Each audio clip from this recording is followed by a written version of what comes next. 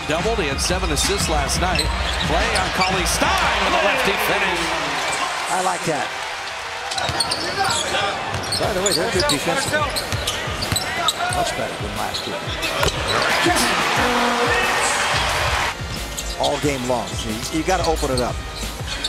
Looney with a shot clock at 5. And Kaman with a beautiful drive. I love that finish. He only had 5 the first half, so he didn't lose much that way. Kevin found Clay beautifully. Durant veered right, drew all the defense, and then had the weak side vision to find Klay Thompson to hit the 3. Cook and Damian. That shot a lot. We saw him make one just a while ago. Kings won both meetings here at Oracle last year. Clay with a 3. And he continues his great third quarter. Now, the 2 young guys. Now Bagley switches. Goes with the left hand. Lost control, regains. He's on a roll. So 7 to shoot. Klay Thompson in on Cauley Stein.